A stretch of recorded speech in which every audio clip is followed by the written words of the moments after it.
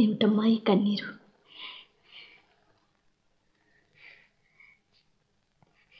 ఏమోనమ్మా, నాకే తెలీదు. అమ్మా, ఎన్నడూ చూడని అందం ఆనందం ఈనాడు అన్ని చోట్ల కనిపిస్తున్నాయమ్మా.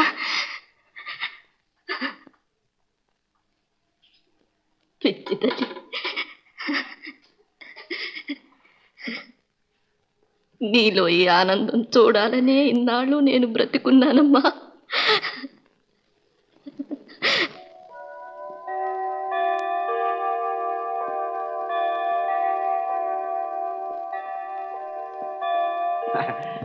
మీ అంతస్తు మీ హోదా మాకు తెలియదు కాదు, కానీ మా అల్లుడు మాత్రం మీ అంతస్తుకు తగ్గట్టు పెళ్లి వైభోగంగా జరిపిస్తాడు.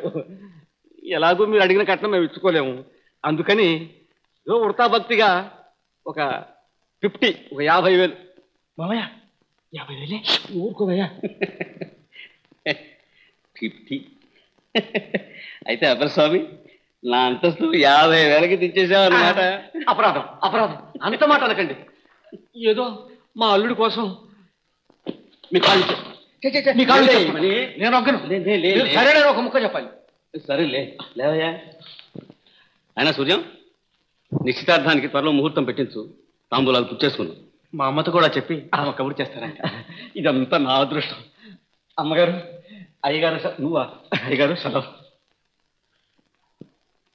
అల్లుడు, నేను చెప్పాల్సి చెప్పేసి ఉద్దేశన, ఇక నీ ఇష్టం మీ అమ్మ ఇష్టం. సీతమ్మ, అదృష్టం అంటే నీదేనమ్మా. నీ కూతురు పెట్టి పుట్టింది, కోటీశ్వరుడి కోడలు కాబోతుంది. ఈ అదృష్టం మీదే కాదు, అది కూడాను. ఏమో పెళ్లి కూతురా, అదిగో నా కోడలి ముఖం మీద పెళ్లి కళ అప్పుడే ఊడి పట్టుకున్నది. ఏట అల్లుడు, మీ అమ్మతో విషయాలన్నీ స్పష్టంగా మాట్లాడి నాగభూషణం గారికి కబురు చేయి. అక్కడ నెంబర్లంతా కాసుకొని ఉంటారు. నాకు అర్జెంట్ మీటింగ్ ఉంది, వస్తా.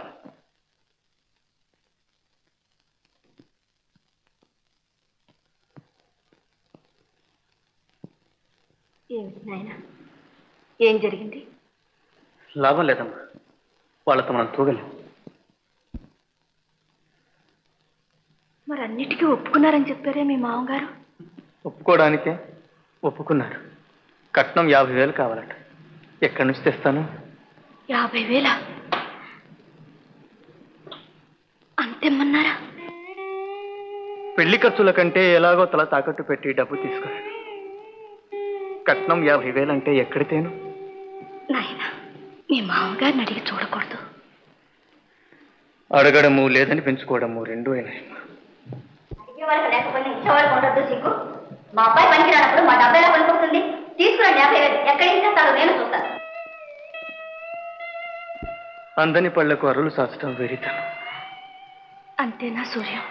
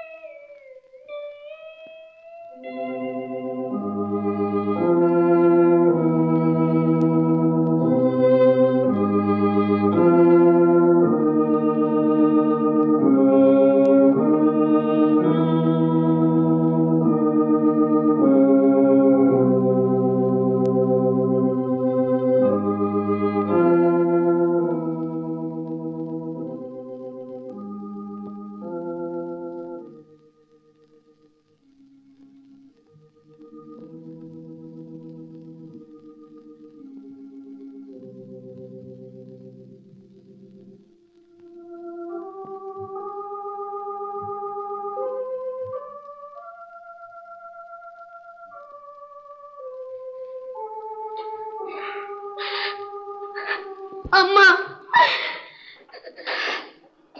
ఊరుకో ఊరుకో.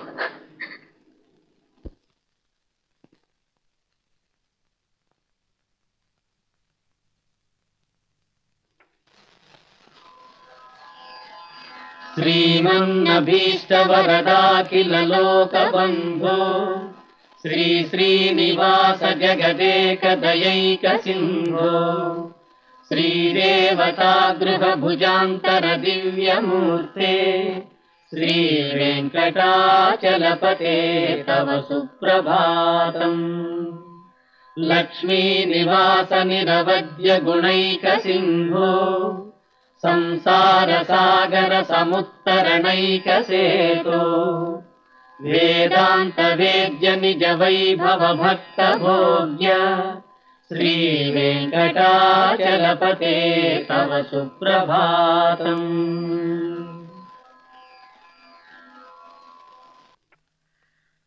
అన్నయ్య ఎక్కడైనా అప్పు తెచ్చి పెళ్లి జరిపించమని. ఆ అప్పు తీర్చే భారం నాది. ఊరూరా తిరిగి ప్రాణాలొడ్డి కుస్తీ పందాల్లో పోటీ చేసి ఏడాదిలోగా అప్పు నయాపూచలతో సహా తీర్చేస్తాం. లాభం లేదు నాయన, అన్నయ్య అప్పు చెయ్యడు. ఎందుకనమ్మా? అన్నయ్య మటుకు బాధ్యత లేదా? లేదని కాదు, వదిన మాట కాదని అన్నయ్య ఏమీ చెయ్యలేడు. పిల్లని వాళ్ళ అన్నయ్యకి ఇవ్వలేదని వదిన పగబట్టింది నాయన. అంతేనమ్మా? రాత్రింబవళ్ళు వంచిన నడువు ఎత్తకుండా చాకిరి చేసి నువ్వు అన్నయ్యకి చదువు చెప్పించి ఇంతవాణ్ణి చేస్తే ఇప్పుడు వాడి తల్లి కన్నా పెళ్ళం ఎక్కువైందన్నమాట. అలా అని నేనెన్నడూ అనుకోను నాయన. మిమ్మల్ని కష్టపడి పెంచింది ప్రతిఫలం ఆశించి కాదు. బిడ్డల్ని పెంచడం తల్లి ధర్మం. భార్యని కష్టపెట్టి నన్ను అందలా లెక్కించమని నేను ఎన్నడూ అడగను. నువ్వు అడగకపోవచ్చు, అది నీలో దైవత్వం. కానీ ఆ కృతజ్ఞత బిడ్డలమైన మాకు ఉండాలి కదమ్మా. నాయన, దానికి కూడా నేను పుట్టుండాలి. అదంతా ఇప్పుడు ఎందుకు? చూడు నాయన, చెల్లెలు పెళ్ళయ్యే మార్గం ఏదైనా ఆలోచించు నాయన.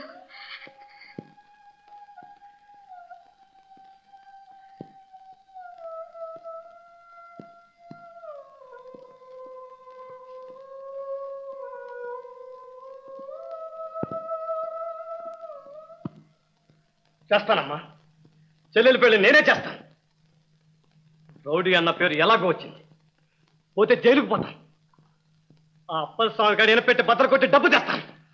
అడ్డం వస్తే వాడిని అక్కడే ముక్కలు ముక్కలుగా నరికి పారేస్తాను. సిగ్గులేదు. కూనీలు దొంగతనాలు చేసి తెచ్చిన డబ్బుతో చెల్లెలు పెళ్లి చేస్తావా? ఇదేనా ఇన్నాళ్ళు నువ్వు ఇక్కడ నేర్చుకున్నది?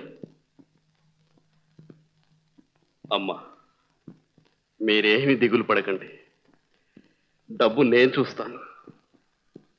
గురూజీ, డబ్బును మనం సంపాదించాలి గాని మనల్ని డబ్బు సంపాదించకూడదు. అమ్మా, మీరు వెళ్ళి నిశ్చితార్థానికి ఏర్పాటు చేయండి. ఈశ్వరుని కృప ఉన్నంత వరకు అమ్మాయి పెళ్లి ఆగదు. ఈశ్వరుడు ఎక్కడో లేడు బాబు, నా ఎదుటనే ఉన్నాడు.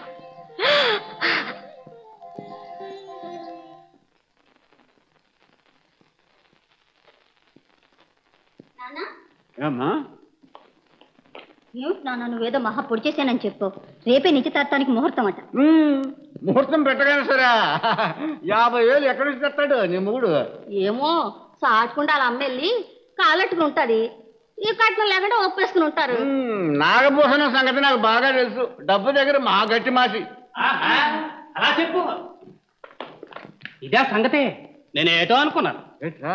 ఆ శంకర్రావు గడు పార్కు తళం పాతిల్లు 50,000 తాకట్టెట్టినారంట. ఇందుకని మాట నేను ఎందుకు అనుకున్నాను. రౌడీ ఎదవా, వీళ్ళకి ఎంత పొరలేదేంటి? వాళ్ళకి 50,000 అప్పించి మళ్ళీ ఎలా రాబట్టుకుందామని. అందుకే కదేటి వాళ్ళు ఒట్టి జులాయతలు చెప్పేది.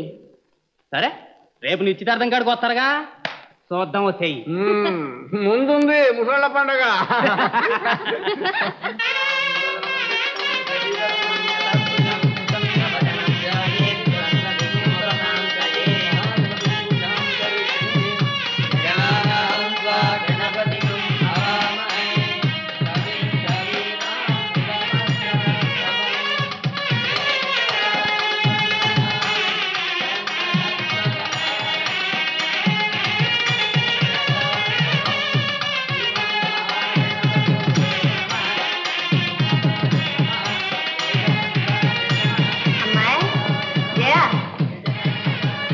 జమున వచ్చిందమ్మా.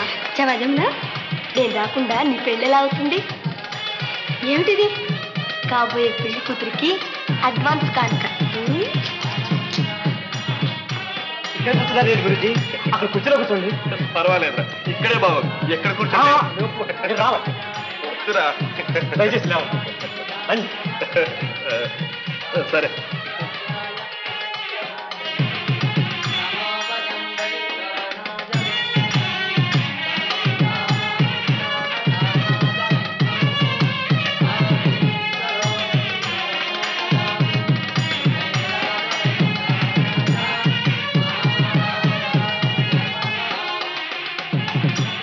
మామగారు ఏమిటి అలా వెళ్ళిపోతున్నారు?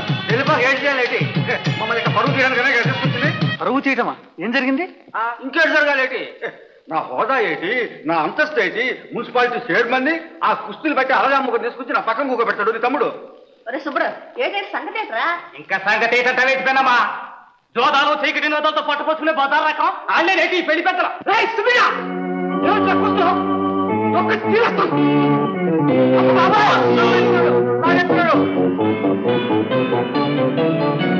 ఎందుకురా ఆవేశం? నీ చెల్లెలి జీవితంలో ఈవేళ పర్వదినం.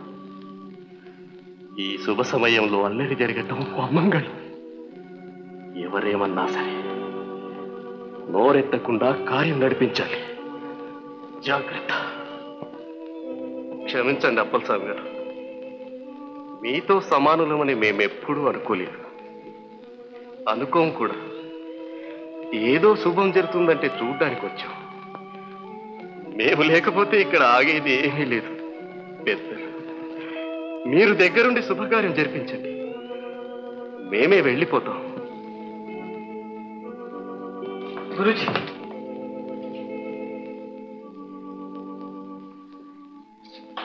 మీరు వెళ్ళద్దు. మీరు వెళ్ళటానికి వీల్లేదు. పిచ్చివాడు, జరగవలసిన శుభకార్యం చూడదు. నేను వెళ్ళొస్తా.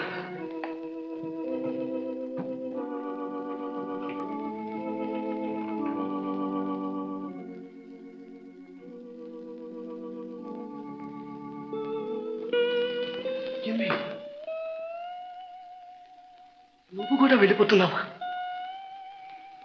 నేను కూడా ఆ పార్కులో పుట్టి పెరిగిందాన్నేగా.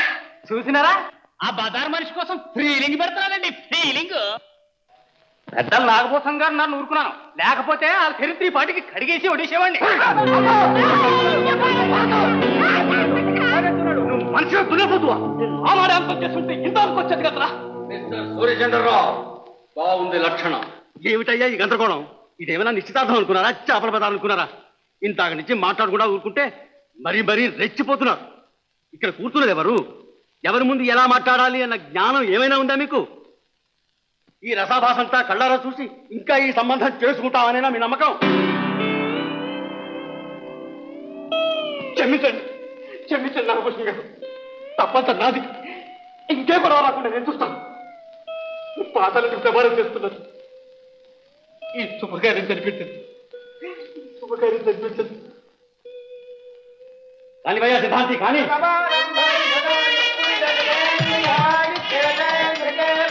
ఏనాయనా?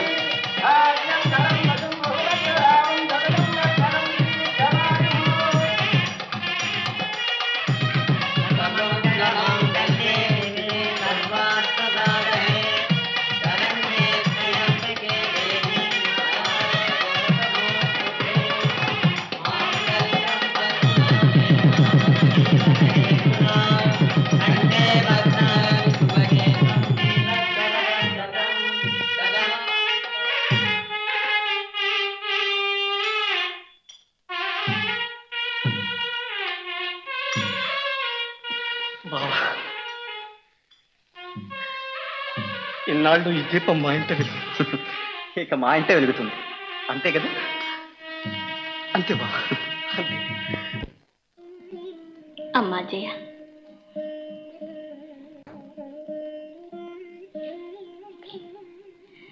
ఇక వీరే నీకు తల్లి తండ్రి, నీ పాలిట పార్వతీ పరమేశ్వరులు. వదిన, బిడ్డని నీ చేతుల్లో పెట్టిపోతున్నాను. ఇక నుంచి దీనికి తల్లిని నేను కాదు, మీరే. ఆ మాట వేరే చెప్పాలా వదిన? నాకు సరళొకటి చెయ్యొకటినా?